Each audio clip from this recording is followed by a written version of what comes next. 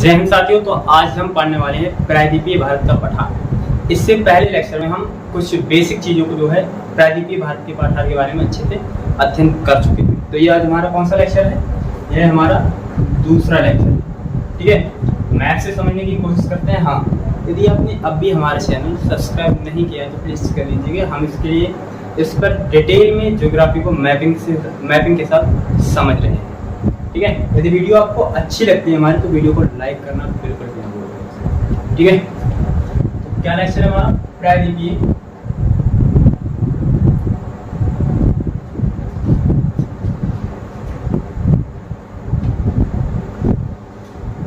प्रायद्वीपीय भारत का पठार। प्रायद्वीपीय भारत का पठार, ठीक है। तो हम पहले मैप बना लेते हैं जिससे कि आपको अच्छे से समझ में आ जाए। हमारा इंडिया कुछ है,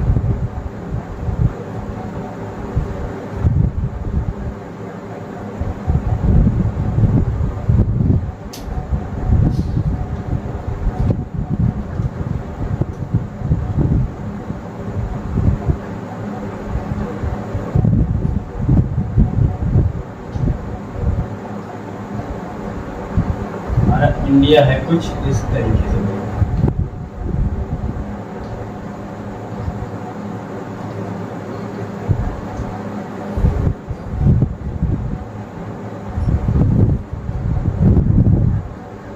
मैप पर नहीं जाएंगे, अच्छे से जो है जैसा ही बनेगा अच्छा ही बनेगा। मैप पर बिल्कुल नहीं जाएंगे।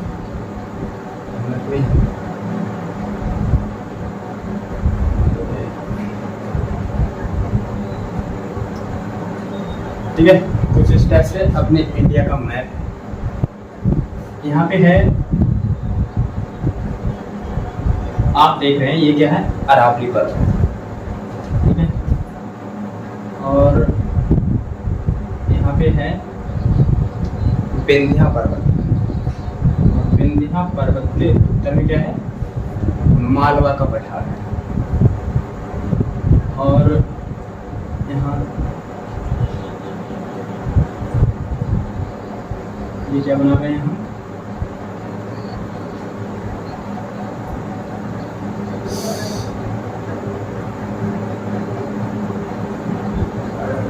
ये है आपका सतपुड़ा पर्वत, ठीक है। और ये है आपका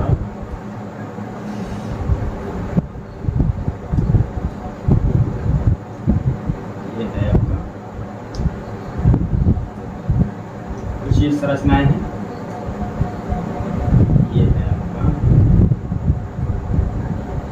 यह है आपका पश्चिमी घाट पर्वत या साहित्य कह सकते हैं।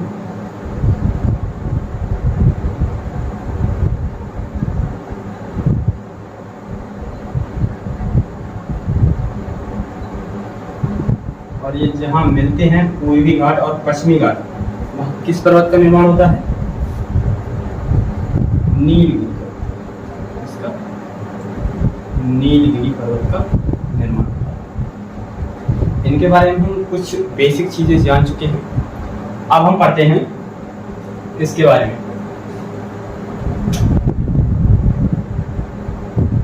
अरावली पर्वत के बारे में। इसके अरावली पर्वत, अरावली पर्वत, ठीक है। अरावली पर्वत के बारे में पढ़ते हैं। अरावली पर्वत पहले बताइए ये है कहाँ? अरावली पर्वत की लोकेशन जानी तो ये है आपके राजस्थान। कहाँ पे? राजस्थान। इसकी ज़्यादातर जो लंबाई है वह कहाँ है? राजस्थान में। और ये कहाँ है? यह है आपके प्रायद्वीपीय भारत के पठार के उत्तर पश्चिम में। ये आपका प्रायद्वीपीय भारत का पठार है फ्रेंड्स। और ये उत्तर पश्चिम में इधर है उत्तर आपका, और इधर क्या है? पश्चिम। तो यह जो एरिया कहलाएगा इधर का, वो कहलाएगा आपका उत्तर और पश्चिम। ये भारतीय प्रायद्वीप के उत्तर पश्चिम क्या है? अरावली पर्वत है। डन। अब अरावली पर्वत की जो लंबाई कितनी है? लंबाई है आपकी 800 किलोमीटर। बहुत महत्वपूर्ण है, पूछ लेता है ये कभी कभी। अरावली पर्वत की लंबाई बताइए, या पूछ लेगा ये किस राज्य में है। अरावली पर्वत का विस्तार गुजरात के पालनपुर से लेकर दिल्ली के मजनू टीला तक है। ऐसे करके लिखेंगे, अरावली पर्वत का विस्तार, अरावली पर्वत का विस्तार गुजरात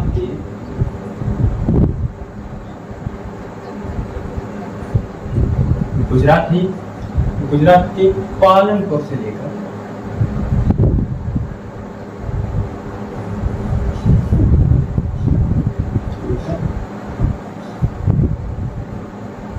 दिल्ली के मजनू टीला तक है, मजनू टीला। ठीक है, अरावली पर्वत का विस्तार गुजरात के पालनपुर से लेकर दिल्ली के मजनू टीला तक है। ठीक है, और जो है आपका राष्ट्रपति भवन है, राष्ट्रपति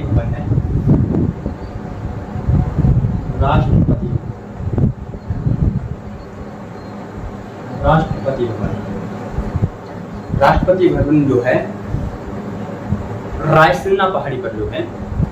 राष्ट्रपति भवन कहाँ है? रायसीना पहाड़ी। इस पर रायसीना पहाड़ी पर, जो कि किसका भाग है? आपके अरावली पर्वत का। ठीक है, इसका भाग है आपके अरावली पर्वत का भाग। क्या है? रायसीना।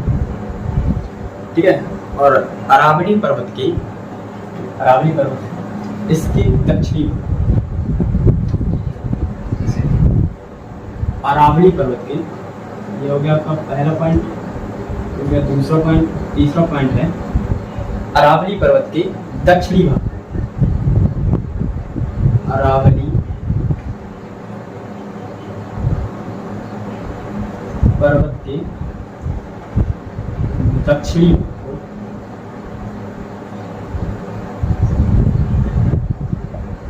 किस नाम से जानते हैं? अरावली पर्वत के दक्षिणी भाग को जरगा पहाड़ी के नाम से जानते हैं।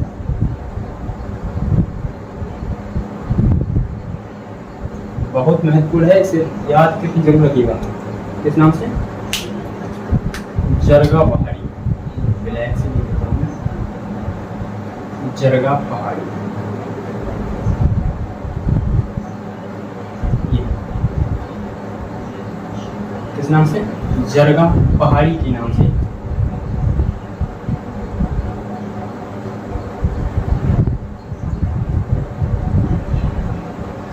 जानते हैं। और आपने सुना होगा दिलवाड़ा का प्रसिद्ध जैन मंदिर। दिलवाड़ा का प्रसिद्ध जैन मंदिर,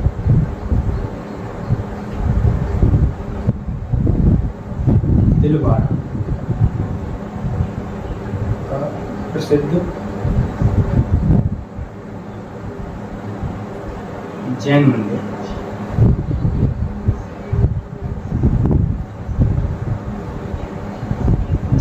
कहाँ है? राजस्थान में।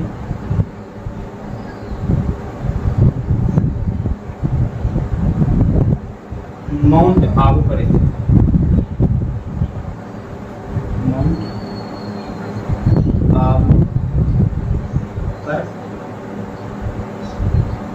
माउंट आबू पर स्थित है। कहाँ पर?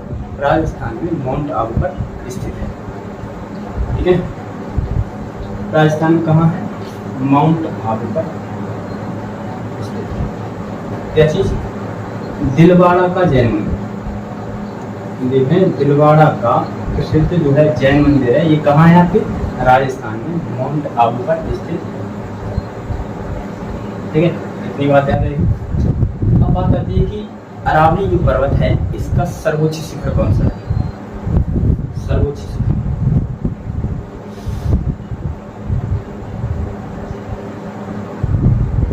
सर्वोच्च शिखर, सर्वोच्च शिखर कौन सा है? गुरु शिखर। कौन सा? गुरु शिखर, जो कि किसके समीप है? यह आपके माउंट आबू के समीप है। कहाँ है? माउंट आबू।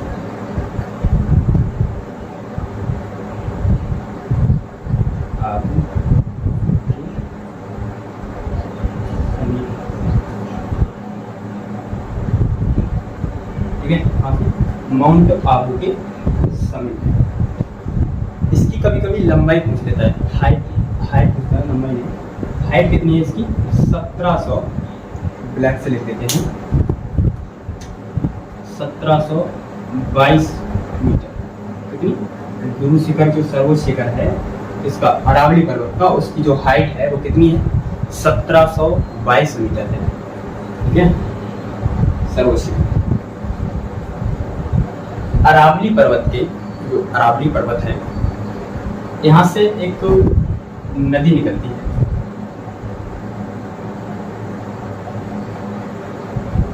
अरावली पर्वत के सबसे दक्षिणी हिस्से से, अरावली पर्वत के सबसे दक्षिणी हिस्से से एक नदी निकलती है जिसका नाम है लूनी नदी। क्या नाम है? लूनी नदी। मैं ही मिटा देता हूँ यदि आपको समझ में आ गया हो।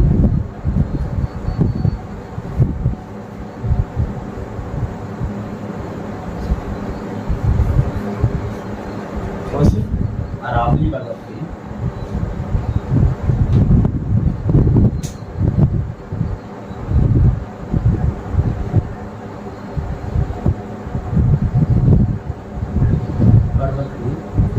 किससे? दक्षिणी हिस्से से।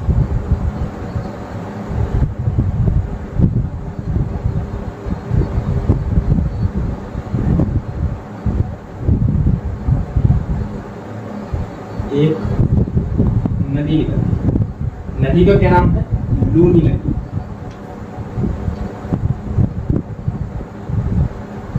लूनी नदी।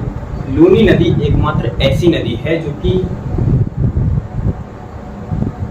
किसी समुद्र या महासागर में न कर करके बालू वाले क्षेत्रों, मतलब कि मरुस्थल वाले क्षेत्र में ही क्या होती है? समाहित हो जाती है। ठीक है, कहाँ पर? मरुस्थल वाले क्षेत्र में ही समाहित हो जाती है। एक नदी निकलती है यहीं से, अरावली पर्वत के बीचों बीच से, जिसका नाम है बनास नदी। कौन सी? बनास नदी। मार्ग का दूसरा ले लेते हैं, ये कुछ देख लेते हैं।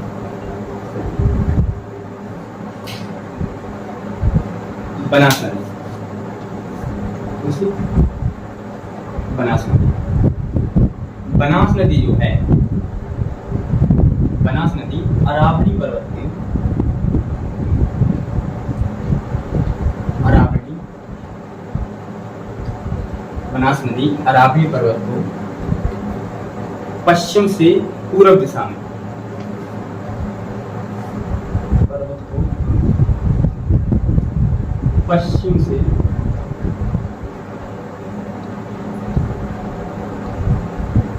पूर्व दिशा में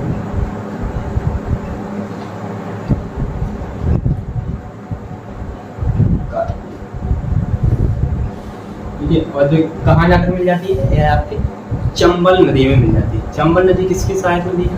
यह मतलब ये कह सकते हैं जो बनास नदी है यह किसकी सहायक नदी है? यह आपके चंबल की सहायक नदी है। तो ये थी आपके अरावली पर्वत से रिलेटेड कुछ महत्वपूर्ण बातें। ठीक है, तो इसके लिए हम जो है कंप्लीटली काम कर चुके हैं। अब आता है आपका क्या? आपका आता है अब मालवा का पठार। देख रहे हैं, यह है मालवा का पठार। मालवा के पठार के बारे में क्या महत्वपूर्ण है?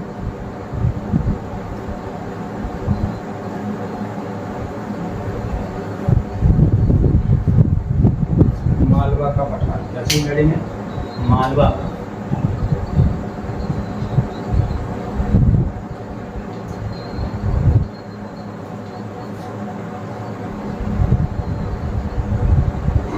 मालवा का पठार। मालवा का पठार अरावली पर्वत और विंध्या पर्वत के मध्य में स्थित है। अरावली पर्वत, अरावली पर्वत, विंध्या पर्वत,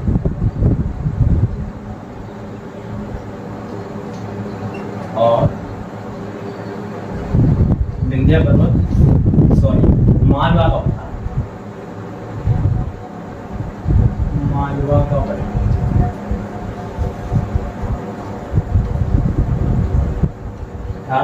विंध्या पर्वत और अरावली पर्वत,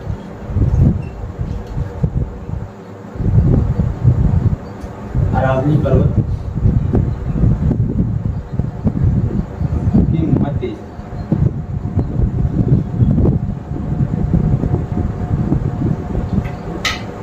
मध्य स्थित। और दूसरा पॉइंट लिखेंगे, दूसरा पॉइंट मालवा का पठार, मालवा का पठार विंध्या पर्वत के उत्तर में है। जैसे पूछेंगे कि बताइए मालवा के पठार की स्थिति कहाँ है, तो आप बताएंगे मालवा के पठार की स्थिति विंध्या पर्वत के उत्तर में है। ऑप्शन के हिसाब से देख लेंगे, ठीक है, उत्तर में। मालवा पठार का निर्माण जो है ज्वालामुखी से निकले लावा से हुआ है। ज्वालामुखी से जो लावा निकला है उसी से हुआ है। किसका? मालवा पठार का निर्माण। मालवा पठार से जो है कुछ नदियां निकलती हैं, जैसे चंबल, बेतवा और काली सिंधी नदी निकलती है मालवा पठार से। ऐसे लिखेंगे मालवा पठार से,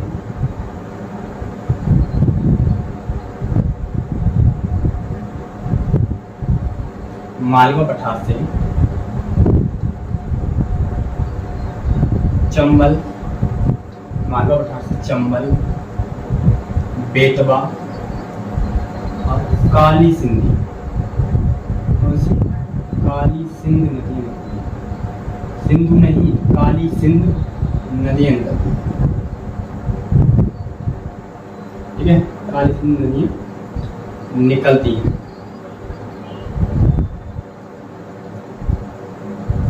ठीक है। और ये कहाँ मिल जाती है जाकर के? गंगा और यमुना नदी में मिल जाती है। गंगा और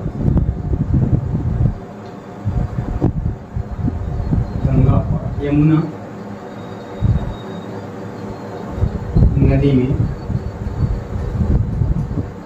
मिल जाती है।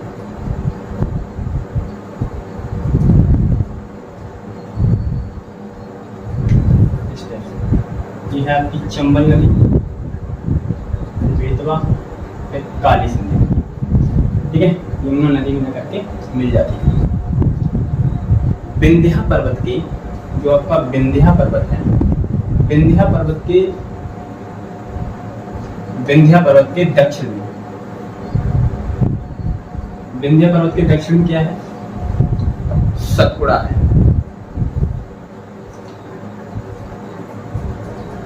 विंध्या पर्वत के दक्षिण में सतपुड़ा पर्वत, सतपुड़ा पर्वत है। यहाँ से एक नदी निकलती है और आगे से बढ़ा दो। विंध्या पर्वत के पश्चिमी हिस्से से एक नदी निकलती है जिसका नाम क्या है? माही नदी। और जो कर्क रेखा है, भारत को कितने 2 बराबर भागों में बांटा है। ऐसे पूछेगा कि बताइए कर्क रेखा को 2 बार कट करने वाली एकमात्र नदी कौन सी है? तो कौन सी है? आपकी माही नदी। चौथा पॉइंट लिखेंगे, कर्क रेखा को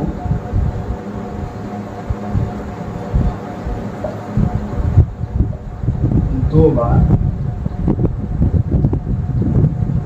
कट करने वाली एकमात्र नदी, एकमात्र नदी कौन सी है? माही, ठीक है। जो कर्क रेखा है भारत के कितने राज्यों से गुजरती है? आपके 8 राज्यों से गुजरती है। आपको बता ही चुके हैं। यहाँ पे दो बार जो है कट कर देंगे। एकमात्र नदी माही, कर्क रेखा को दो बार कटने वाली एकमात्र नदी माही नदी। ठीक है, यह बहुत ही ज्यादा महत्वपूर्ण है। और ये कहाँ गिरती है जाकर के? आपके अरब सागर में जाकर के गिर जाती है। कहाँ पर? अरब सागर में गिर जाती है। ऐसे करके पूछेगा आपसे, इसमें पूछेगा कि लूनी नदी जो है कहाँ गिरती है, तो आप कहाँ बताइए? पता हो तो बता देंगे आप। यह है आपका अरब सागर, सॉरी खंबात की खाड़ी का क्षेत्र। और ये इधर क्या है? ये अरब सागर, अरब सागर। ठीक है, कौन सा एरिया है आपका? ये अरब सागर। और ये क्या है आपका? खंबात की खाड़ी। ये बना देते हैं। तो ये एग्जैक्टली पूछेगा तो कहाँ बताएंगे आप? खंबात की खाड़ी। वैसे कहाँ बताएंगे? नॉर्मली अरब सागर। ठीक है, अब कुछ रह गया इसके बारे में। हाँ, विंध्या पर्वत को पूर्वी हिस्से में, विंध्या पर्वत को पूरब में, विंध्या पर्वत को पांच में बांट देंगे। विंध्या पर्वत को पूर्व में,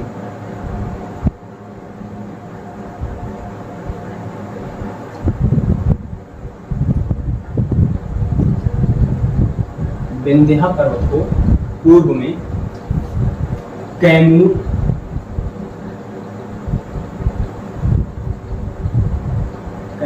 और भांडेर पहाड़ी के नाम से, और भांडेर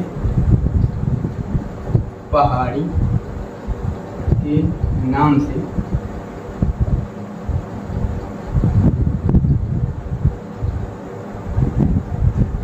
बहुत महत्वपूर्ण है। विंध्या पर्वत को पूरब में, पूरब किधर है? इधर। ये आपका क्या है?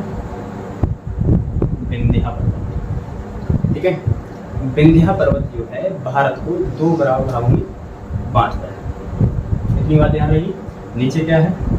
दक्षिण भारत का पठार और ऊपर क्या है? उत्तर भारत का मैदान। ठीक है, विंध्या पर्वत पूरब में कैमूर पहाड़ी और भांडेर पहाड़ी के नाम से जानते हैं। किसको?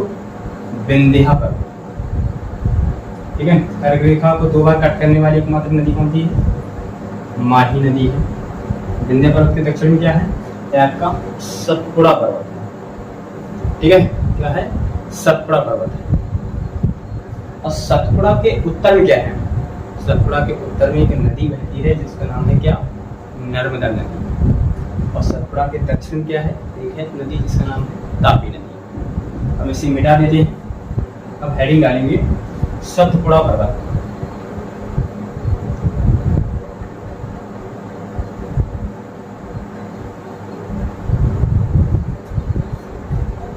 सतपुड़ा पर्वत, सतपुड़ा पर्वत। ठीक है, कौन सा पर्वत? सतपुड़ा पर्वत। सतपुड़ा पर्वत को जो है हम तीन संरचनाओं में पढ़ते हैं। सतपुड़ा पर्वत को हम तीन संरचनाओं में पढ़ते हैं। नंबर एक है राजपीपला,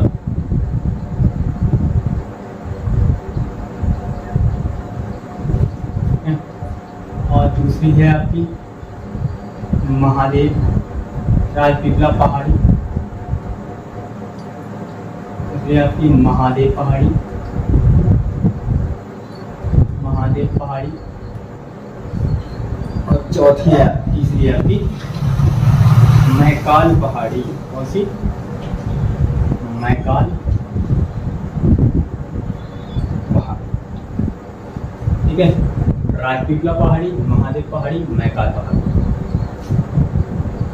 बताइए सतपुड़ा पर्वत के सबसे पश्चिमी कौन सी पहाड़ी है?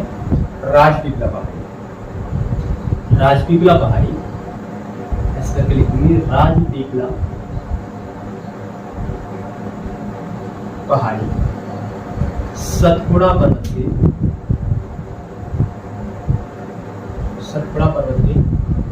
सबसे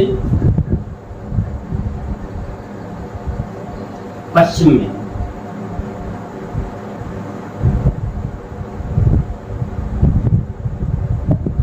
सबसे पश्चिम में है, ठीक है। और एक पॉइंट रहा। अब दूसरा पॉइंट लिखेंगे, राजपीपला के बारे में लिख लिया। अब लिखेंगे महादेव पहाड़ी। महादेव पहाड़,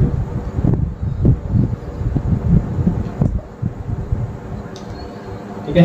इसका भी हेडिंग लगा लेंगे महादेव पहाड़ी। महादेव पहाड़ी सतपुड़ा पर्वत के सबसे उत्तर में स्थित है। कहाँ है? सबसे उत्तर में, बिल्कुल मध्य में स्थित है महादेव पहाड़ी। ये कौन सी पहाड़ी है? महादेव पहाड़ी। ये है आपकी राजपीपला पहाड़ी, महादेव पहाड़ी, महादेव पहाड़ी सतपुड़ा पर्वत के,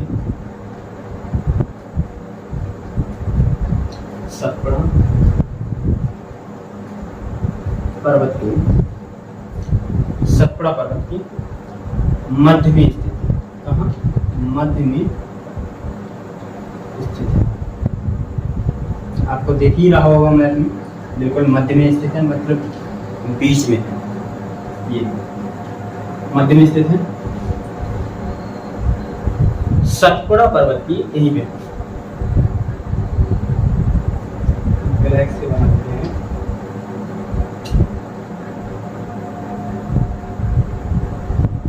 ठीक है। सतपुड़ा पर्वत की सबसे ऊंची चोटी। दूसरा पॉइंट लिखेंगे इसमें, ये रहा पहला पॉइंट, ये रहा इसमें दूसरा। सतपुड़ा पर्वत की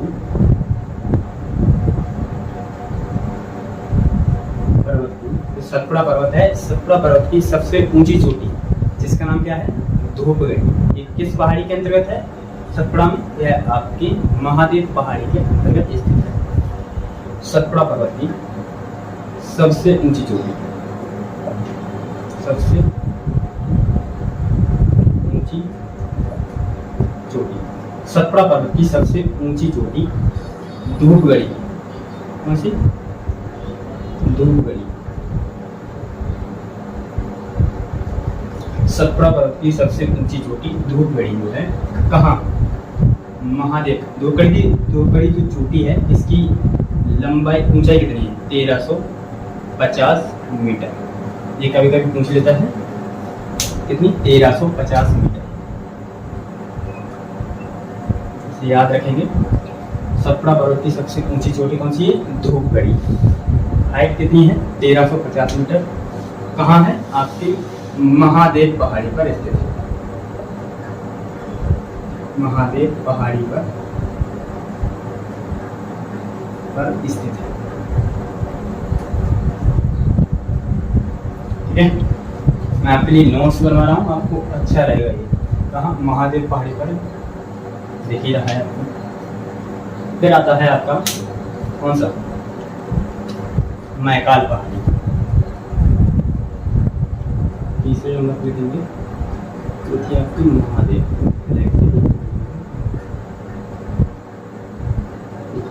राजपीपला।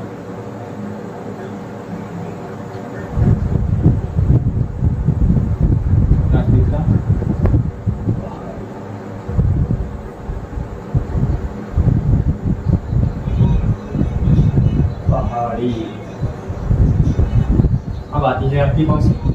मैकाल पहाड़ी। कौन सी? मैकाल पहाड़ी। ठीक है। मैकाल पहाड़ी सतपुड़ा पर्वत के सबसे किधर है? पूरब में है। किधर है? पूरब में। ऐसे लिखेंगे सतपुड़ा पहाड़ी, सॉरी मैकाल पहाड़ी, मैकाल पहाड़ी, मैकाल पहाड़ी सतपुड़ा पर्वत की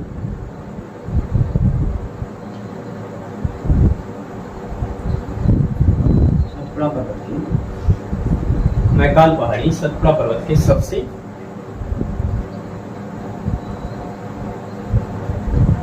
पूरब में स्थित है।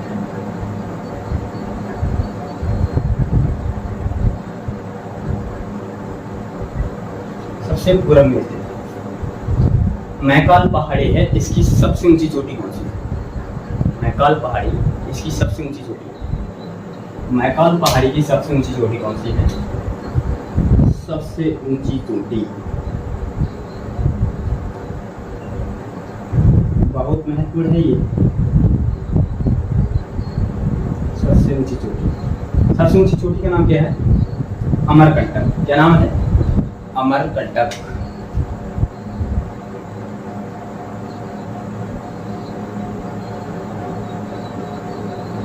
ठीक है, इसकी ऊंचाई कितनी है अमरकंटक की? अमरकंटक की सबसे ऊंचाई है 1048 मीटर।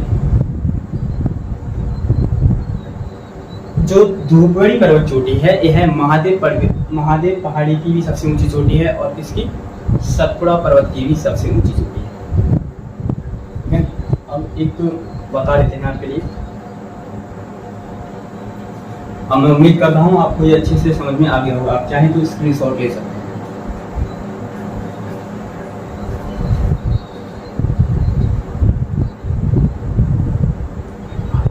अमरकंटक से जो नदियाँ निकलती हैं, अमरकंटक से जो नदियाँ निकलती हैं उसका नाम क्या है? ये कौन सी है आपकी? मैकाल पहाड़ी। एक लिंक है जिसका नाम है सोनम। क्या नाम है? सोनम। ठीक है, कौन सी? सोनम। सो से क्या हो जाएगा? सोन नदी। कौन सी? सोन नदी।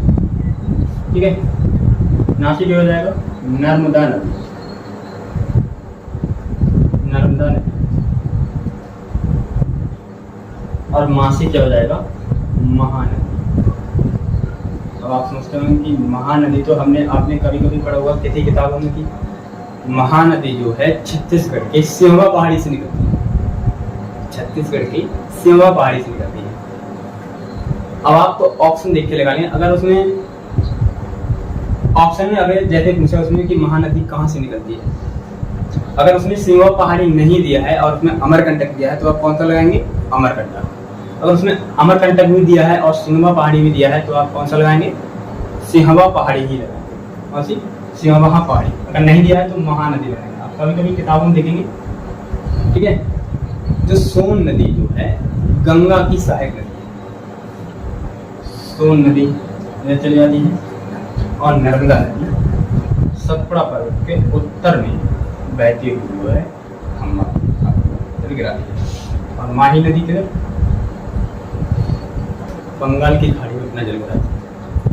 ठीक है, जैसे मैंने आपको एक लिंक और बताना था, वो है नमस्ते। क्या लिंक है? नमस्ते। नमस्ते लिंक जो है अरब सागर में गिरने वाली नदियां, बता दीजिए। अरब सागर में ये गिरने वाली जो नदियां हैं, लिंक क्या है? नमस्ते।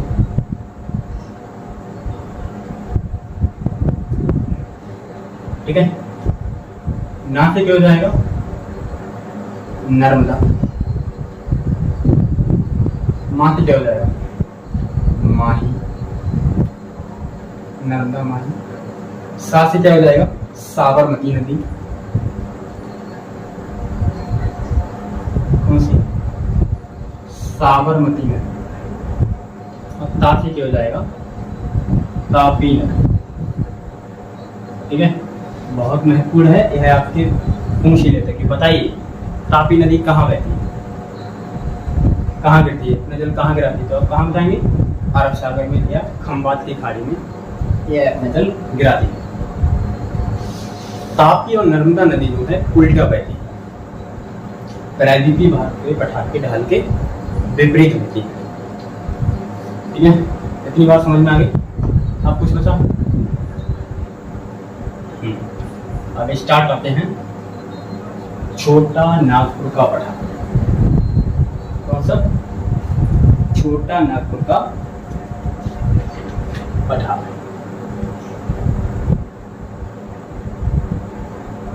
छोटा नागपुर का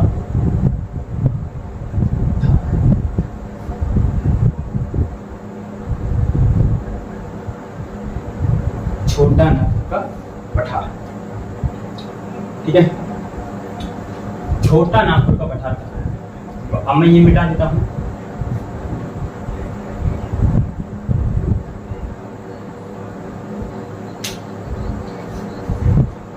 छोटा नागपुर का पठार किन किन राज्यों में है? छोटा नागपुर का जो पठार है, छोटा नागपुर का पठार आपके झारखंड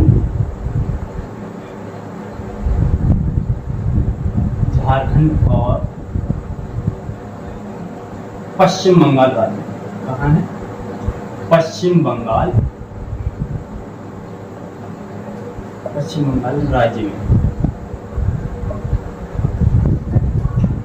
छोटा नागपुर का पठार कहाँ है? आपके झारखंड और पश्चिम बंगाल राज्य में है। यहाँ पे ये क्या है? आपका छोटा नागपुर का पठार।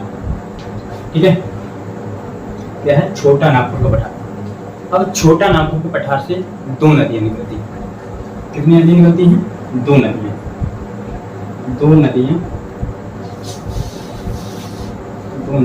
निकलती हैं।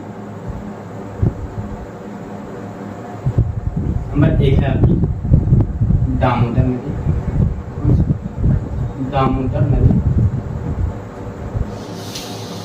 दूसरी है आपकी स्वर्ण रेखा नदी। कौन सी? स्वर्ण रेखा नदी। दामोदर नदी, जो दामोदर नदी है, यह छोटा नागपुर पठार को दो बराबर भागों में बांटती है। तो दामोदर नदी के बारे में देखेंगे।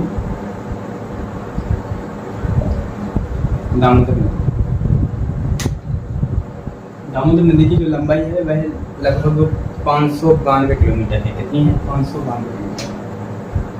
दामोदर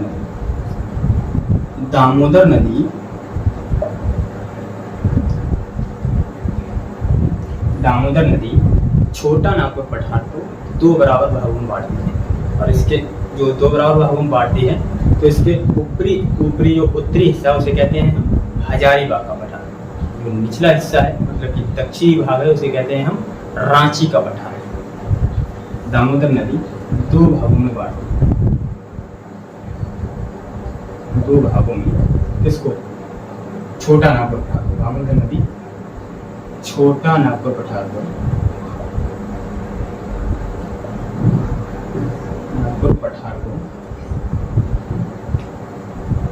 दो भागों में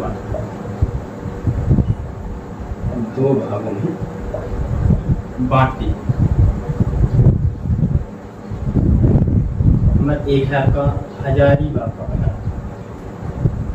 हजारीबाग का पठार।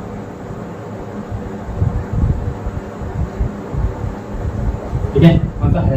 मान लीजिए यह है आपका छोटा नागपुर का पठार और जो दामोदर नदी और स्वर्ण रेखा नदी है, छोटा नागपुर पठार से निकलती है। ये तो आपको पता ही है। यह आपके दो बराबर भागों में बांटती है। किसको? छोटा नागपुर पठार को। ऊपरी हिस्सा क्या कहा जाता है? हजारीबाग का पठार। दूसरा रांची का पठार। रांची का पठार। ठीक है, एक है आपका हजारीबाग का पठार, दूसरा है आपका रांची का पठार। ठीक है, उत्तरी हिस्सा कौन सा है? हजारीबाग का पठार। नीचे है रांची का पठार। दूसरा कौन सा था आपका? रांची का पठार।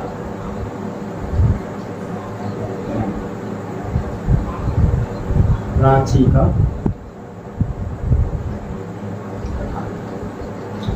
और जो दामोदर नदी है पश्चिम बंगाल में हुगली नदी में जाकर के मिल जाती है। कहाँ से निकलकर? छोटा नागपुर पठार से निकलकर दामोदर नदी पश्चिम बंगाल में कहाँ पर? हुगली नदी में मिल जाती है। अच्छा, हुगली नदी का निर्माण कैसे होता है? गंगा नदी पर जो है पश्चिम बंगाल में एक तो बांध बनाया गया है जिसका नाम है फरक्का बांध। अब हम बांध आगे पढ़ेंगे तब पढ़ेंगे। फरक्का बांध की एक जो धारा है वह पश्चिम बंगाल के नीचे दक्षिणी तरफ बहती है, उसी को हम हुगली नदी के नाम से जानते हैं। ठीक है, क्या चीज़? रांची का पठार।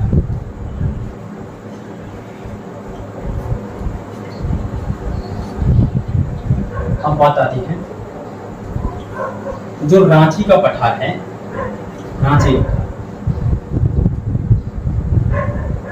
रांची का पठार जो है भारत में संप्राय मैदान का उदाहरण है। किसका? संप्राय मैदान का उदाहरण। संप्राय मैदान उदाहरण है। इसका संप्राय मैदान का उदाहरण है। आप कहेंगे कि संप्राय मैदान क्या होता है? पठार का ऐसा भाग जिस पर क्या होता है, चट्टान या पर्वत जो है नहीं पाए जाते, बिल्कुल समतल मैदान होता है, इसे कहते हैं संप्राय मैदान। ठीक है, जो रांची का पठार है, रांची का पठार जो है भारत में संप्राय मैदान का उदाहरण है। ठीक है, यह नोट करके लिख दीजिए, नोट करके इधर देखो, नोट संप्राय मैदान का उदाहरण है। और नोट करके क्या रखिए, भारत में जो है 3 नदी, जो दामोदर नदी है, ये कहाँ बहती है? अपनी बहंस घाटी में बहती है। ये आपको बताना भूल गए थे, बहंस घाटी। ठीक है, अब तुमने लिख लिया, अब इसे मिटा रहे हैं।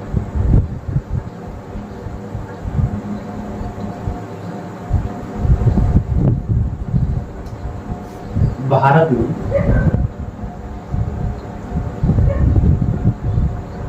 3 नदी, भारत में 3 नदियां अपनी बहंस घाटी में बहती हैं। कहाँ? बहंस घाटी में। बहंस घाटी तो आपको पता ही है ना, नीचे धसे हुए अवतलित क्षेत्र, पृथ्वी के नीचे धसे हुए अवतलित क्षेत्र क्या कहते हैं? बहंस घाटी बोलते हैं। बहंस घाटी में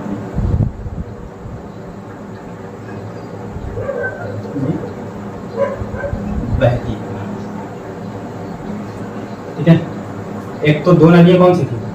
सतपुड़ा के उत्तर और दक्षिण में थी। कौन सी? नदी एक थी आपकी, कौन सी? नर्मदा नदी, नर्मदा नदी। दूसरी कौन सी थी? तापी नदी। तीसरी कौन सी है आपकी? तीसरी कौन सी है बताइए? तीसरी दामोदर। दामोदर। ये 3 नदियां हैं भारत में अपनी, कहाँ? भारत में अपनी बहंस घाटी में। ठीक है, और जो झारखंड की राजधानी है, अभी इसे मिटा देते हैं या इधर ले लीजिए, इधर ले लेते हैं। झारखंड की राजधानी,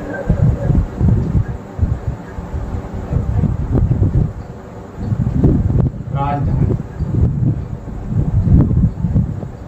की राजधानी स्वर्ण रेखा नदी के तट पर है। कहाँ? स्वर्ण रेखा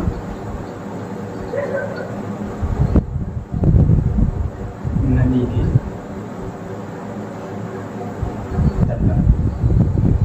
तट पर।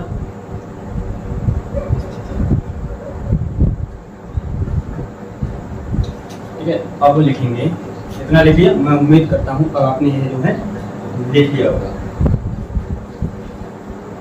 और जो स्वर्ण रेखा नदी है अपना जल कहाँ गिराती है? स्वर्ण रेखा नदी अपना जल पूरब की ओर बहते हुए बंगाल की खाड़ी में अपना जल गिराती है। कहाँ गिराएगी? बंगाल की खाड़ी। लिख देते हैं, आप समझ लीजिएगा, जब नदियाँ पढ़ेंगे तब आपको और अच्छे से पढ़ाएगा। बंगाल की। ठीक है, अब इसे मिटा देते हैं।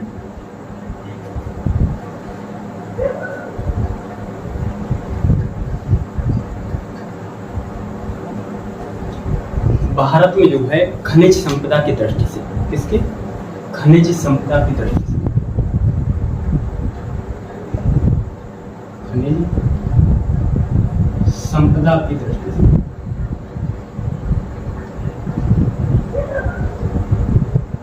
दृष्टि से जो है लोहा, कोयला और यूरेनियम छोटा नागपुर के पठार से ही हमें मिलता है। दृष्टि से लोहा, कोयला, यूरेनियम,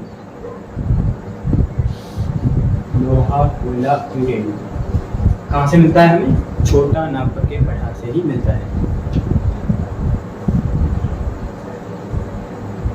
जो यूरेनियम है भारत में जो है छोटा नागपुर पठार के अंतर्गत कहाँ से मिलता है? जादूगोड़ा से। कहाँ से? जादूगोड़ा से मिलता है। ऐसे लिखोगा भारत में यूरेनियम, भारत में यूरेनियम, भारत में यूरेनियम, भारत में यूरेनियम छोटा नागपुर पठार के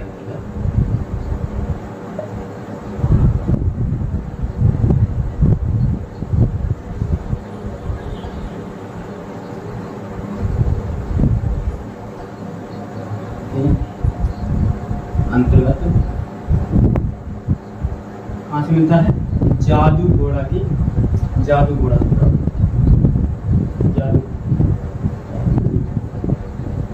जादूगोड़ा से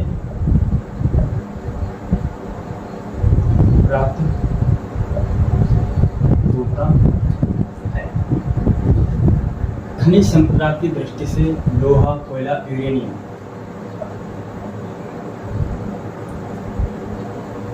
लोहा, कोयला, यूरेनियम जो है अधिक मात्रा में होने के कारण इसे हम छोटा नागपुर के पठार को जो है भारत में रूर प्रदेश के नाम से जानते हैं। किस प्रदेश से? खनिज संपदा की दृष्टि से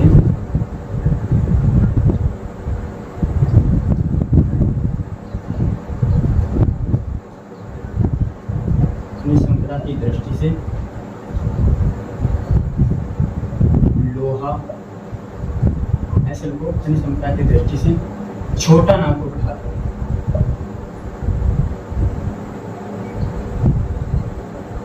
छोटा नागपुर पठार को रूर प्रदेश के नाम से जानते हैं।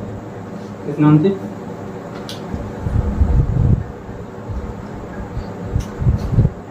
रूर प्रदेश, रूर प्रदेश, रूर प्रदेश के नाम से जानते, रूर प्रदेश के नाम से जानते हैं। अब रूर प्रदेश कहाँ है? यह है आपकी जर्मन में। जर्मन में दो नदियां हैं, रूर और राइन। रूर और राइन के मध्य के क्षेत्र को क्या कहते हैं? रूर प्रदेश के नाम से जानते हैं। रूर प्रदेश नोट करके लिखेंगे, नोट।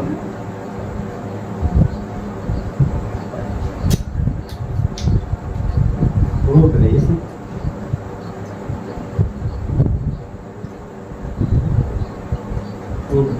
कहाँ है? जर्मन में है, जर्मन में है। जर्मन में दो नदियां, जर्मन में दो नदियां, रूर और राइन। बहुत महत्वपूर्ण क्वेश्चन है, बहुत महत्वपूर्ण पॉइंट है। रूर और राइन दो नदियां बहती हैं, दो नदियां बहती हैं, दो नदियां बहती हैं। इनके बीच के क्षेत्र, इनके बीच के क्षेत्र को, इनके बीच के क्षेत्र को रूर प्रदेश के नाम से जानते हैं। रूर प्रदेश के नाम से जानते हैं। किस नाम से? रूर प्रदेश के नाम से जानते हैं। ये किसका भाग है? राजमहल की पहाड़ी के अंतर्गत। ये कहाँ की है? झारखंड। ठीक है, और ये नोट ये कहाँ है आपके? ये कहाँ है? जो छोटा नागपुर पठार है, आपकी झारखंड। इसके अंतर्गत राजमहल की पहाड़ी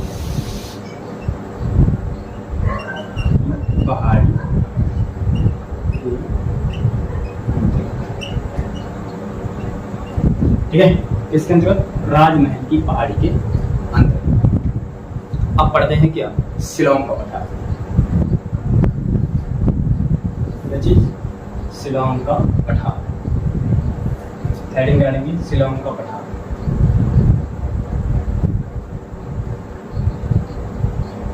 इसे मिटा देते हैं। शिलोंग का पठार है, फिर है दक्कन का पठार, फिर होता है टॉपिक समाप्त।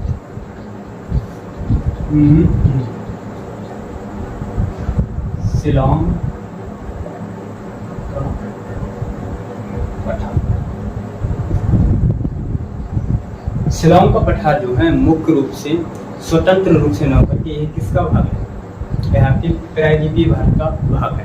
क्यों है, क्योंकि जो गंगा यमुना जो नदियाँ बहती हैं, इन्होंने जो है इसको जो है काट दिया है, इस क्षेत्र को जो है काट दिया है। इसलिए क्या होता है, भाग को अलग लगता है। किसका भाग है और ये आपके राजमहल की पहाड़ी का ही भाग है।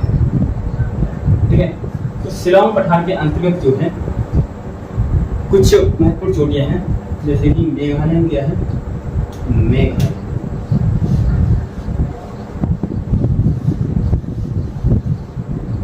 गारो खासी जयंती, गारो खासी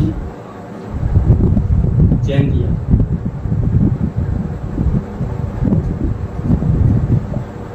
गारो खासी जयंतियाँ, मिकिर और रेगमा, मिकिर रेगमा, ये किसके भाग है, मेघालय के पठार के भाग है या शिलोंग के पठार का ही भाग है। तो गारो खासी जयंतियाँ जो हैं ये कहाँ है आपकी, मेघालय में। कहाँ है, मेघालय में। और जो मिकिर और रेगमा जो पहाड़ी है, मिकिर और रेगमा पहाड़ी, एक इसके अंतर्गत है, ये आपकी असम राज्य में, मेघालय के पठार के अंतर्गत है। कहाँ पर, असम राज्य में, असम राज्य में मिकिर, ऐसे बोलो मिकिर और रेगमा, मिकिर और रेगमा पहाड़ियाँ, पहाड़ियाँ कैसे लिखा जाएगा, मिकिर और रेगमा पहाड़ियाँ असम राज्य में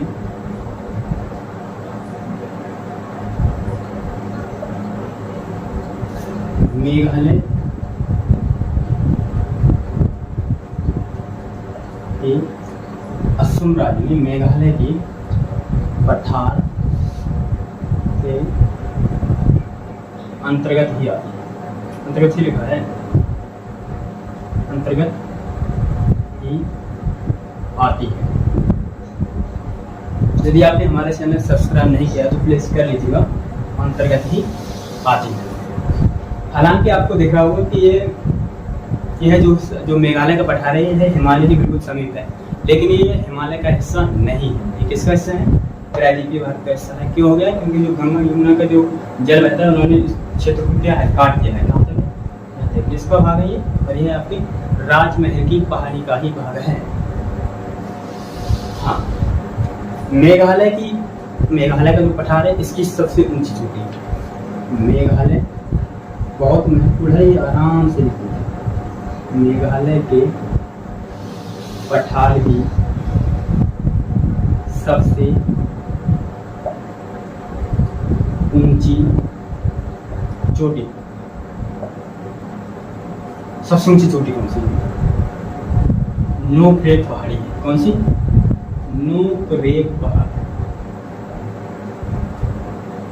नोकरेक पहाड़ी किसके अंतर्गत आती है, ये आपके आती है बच्चों भाइयों, ये आती है आपके गारो पहाड़ी के, इसके गारो पहाड़ी, गारो पहाड़ी पर कहाँ पर है, मेघालय में। मेघालय कहाँ पे, यहाँ पे, क्योंकि बांग्लादेश से सीमा बनती है। हाँ, अब क्या आता है, ये आता है आपका मेघालय का पठार या शिलोंग का पठार होता है, क्षमा। अब आता है आपका दक्कन का पठार। दक्कन का पठार समाप्त ही हो जाएगा। कौन सा? दक्कन का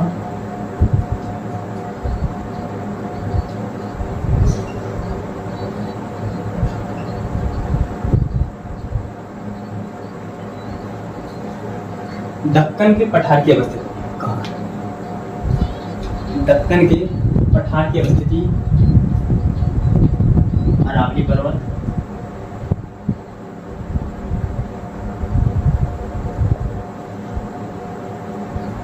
ये क्या है? पश्चिमी घाट पर्वत, पश्चिमी घाट पर्वत और पूर्वी घाट, पूर्वी घाट नहीं घाट, पूर्वी घाट पर्वत के मध्य है। कहाँ? पश्चिमी घाट पर्वत और पूर्वी घाट पर्वत के मध्य में है। इसके अंतर्गत जो है कुछ संरचनाओं को शामिल किया जाता है, जैसे कि आता है आपकी अजंता की पहाड़ी,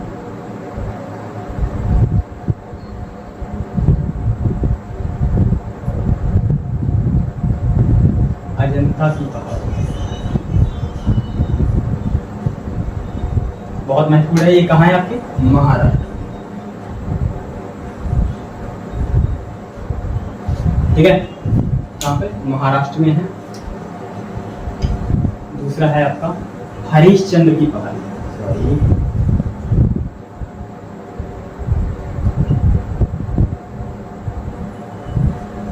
पहाड़, ये कहाँ है आपके? महाराष्ट्र। और तीसरी कौन सी है आपकी? बालाघाट की पहाड़ी, बालघाट पहाड़ी, बालघाट पहाड़ी कहाँ है आपकी? महाराष्ट्र। और चौथी है आपकी गबिलगढ़ पहाड़ी। कौन सी? गबिलगढ़ पहाड़ी कहाँ है आपकी? महाराष्ट्र। ठीक है, अजंता की पहाड़ी, हरिश्चंद्र की पहाड़ी, बालघाट पहाड़ी और गबिलगढ़ पहाड़ी, ये किसके अंतर्गत आती हैं? आपके दक्कन के पठार के अंतर्गत ही आती हैं। ठीक है, अब आता है आपका क्या?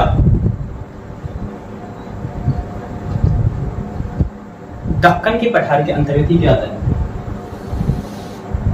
दक्कन के पठार के अंतर्गत ही क्या आता है? दंडकारण्य का पठार आता है। इसका दंडकारण्य का, दंडकारण्य क्या लिखा है? देख लेना जो भी है का पठार, दंडकारण्य का पठार जो है कहाँ आता है?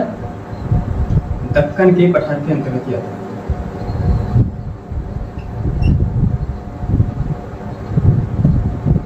पठार के अंतर्गत ही आता है। काफी दक्कन के पठार के अंतर्गत ही आता है। ठीक है, आता है, आता है, आता है, आते ही नहीं। इसका विस्तार कहाँ है? विस्तार, इसका विस्तार है आपके कहाँ? छत्तीसगढ़ और उड़ीसा राज्य, छत्तीसगढ़ और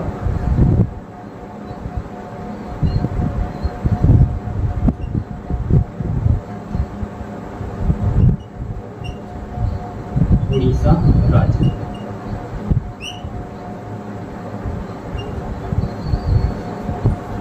ठीक है, इतनी बात आपने, मैं उम्मीद करता हूँ आपने नोट कर ली होगी।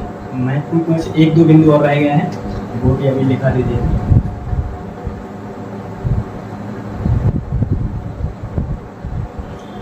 अब क्या लिखेंगे हम?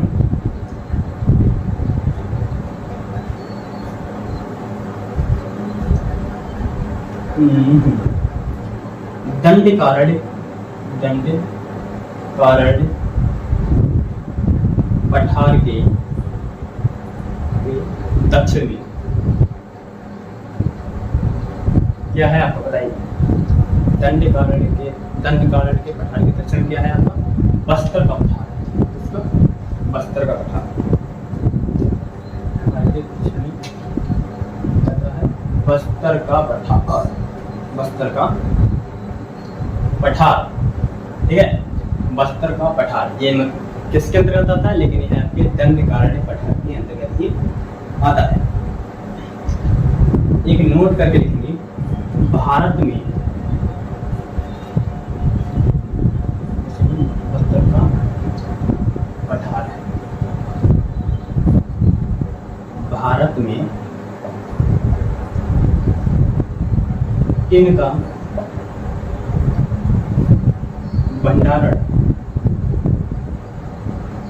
भंडारण के लिए होता है। चलो देख लेना भंडारण, चलो देख लेना, बर्तनी शुद्ध नहीं है। भंडारण जो है भारत में टिन का भंडारण जो है बस्तर के पठार से ही होता है भैया। पठार से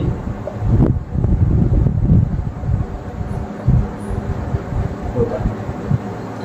फिर एक छोटा सा टॉपिक रह गया है आपका महानदी बेसिन। छोटा सा टॉपिक है, वो भी बता देंगे। रात बहुत हो चुकी है, इतनी रात में अकेले और मैं हूँ और अंकित हैं, हम दोनों ही लोग वीडियो शूट कर रहे हैं, बकाया सभी लोग सो रहे हैं। मैं चाहूँगा कि आप हमारे चैनल को सब्सक्राइब करना बिल्कुल ना भूलिएगा। आप देख सकते हैं टाइम। तो मिलते हैं नेक्स्ट वीडियो में, तब तक के लिए बाय। जय हिंद, जय भारत।